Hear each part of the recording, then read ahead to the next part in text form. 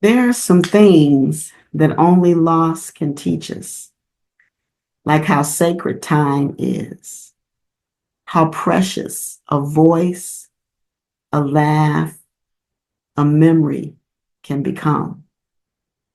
Welcome to the Black Gold Texas Tea Show. I'm your host, Sweet Tea. And this show is where we tell real stories, feel really deep things, and hold space for truth, healing, and heart. Today's episode is a little tender for me. It's for anyone who's ever lost a friend or buried a piece of themselves or just realized that time doesn't wait. We're talking about grief, but also presence, the power of living fully now before another moment slips through our fingers.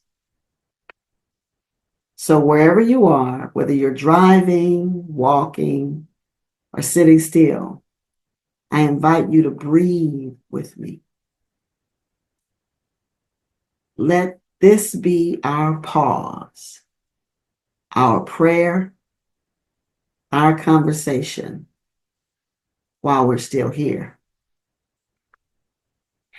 You know, they say tomorrow isn't promised, but when you've lost someone close, that truth hits differently. It doesn't just live in your head, it hits in your chest. And today I want to talk about what it means to really be present, to love folks while they're living, to speak truth while we can, and to find peace in the now, even when grief walks in uninvited. We keep waiting for the right time, this just isn't the right time. But baby, the right time is now. It's the moment you're in. It's the people you love. It's the breath in your body. I've lost people who I thought would be there forever. And in their absence, I learned to say, I love you more often. I learned to call instead of text. I learned to listen to that small voice when they come to mind, to pick up the phone and call right away. I learned to listen when someone says they're tired. I realized while I'm still here, I've got work to do. Loving work, healing work, living work. You see, grief is not a period. It's a comma, a pause, a breath we take for someone we loved and lost. And since I was born kind of late in my family, I started to experience grief very young. When I was 8 years old, I lost my very best friend, my grandmother, my big mama. And I didn't really understand all of it. And back then, they didn't really take time to sit and have conversations with little ones about what was going on. And eventually, I got it, but I missed Big Mama. And as I've continued to live, I've lost so many more, too many to name. And even recently, I've lost quite a few. So many that when talking about it with one of my friends, she was like, girl, I don't even know if I want to. You make me nervous when I see your call come through. This is why I wanted to talk about this today. Because we always think that we live or move or like we have all the time in the world, but we don't. And we must live each day with purpose, on purpose, as if it's our last. Because it could be. I mean, have you ever stopped and just looked around yourself and looked at your life, looked at your home, and thought about, what would this look like if I wasn't here anymore? What would this be?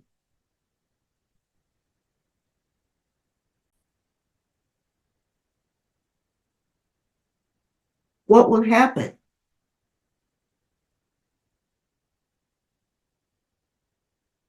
If you've lost someone, you understand that there's the business of loss. Excuse me, I'm so sorry. The business takes over. You take care of all the things. And then when all of that's over, there's the quiet of loss. And that quiet can be deafening. It's important that we talk about those that we love, those that we've lost. It's a way that we can keep their memories alive. This month alone, I've received several calls that hurt. My dear, dear friend lost her husband. And I mean, this was one of those couples that you didn't see one without seeing the other. They were like family to me. You rarely even thought about one without thinking of the other. Excuse me, I'm so sorry. Her husband was dear to everybody. And just like that, he's gone. And then just a couple of days ago, I had a dear friend send me a text message saying that she was in a nursing home. And this was this is her new way. And I thought, okay, I text her back and I said, she said the people were nice. And I said, I'm glad that they're at least nice people. And we'll talk soon. And then within just a matter of days, she was gone. I was thinking that I'll send her flowers to make her feel, maybe make her day, make her feel better, make her know that I loved her. I thought I had time to do that. She was gone. My heart broke. And the only thing that helps me is that I've learned that all of us are going to go. We're going to go. We don't get to choose when or how. We don't get to choose it for ourselves or those that we love. We don't get to choose. If they've at least accepted Jesus Christ as their Savior and they're living with the love of God our Father, then I believe that we'll see each other again in the future. And if they've been ill, at least they're not suffering anymore.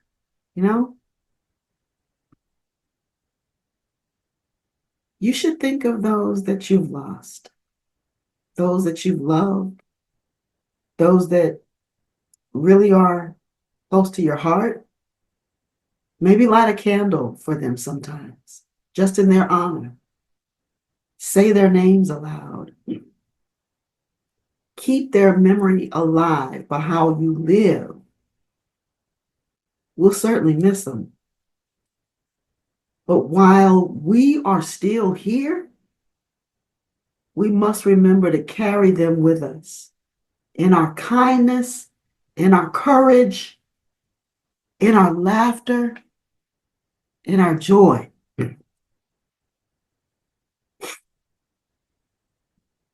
Right now is a miracle, not because it's perfect, but because it's yours, because it's mine.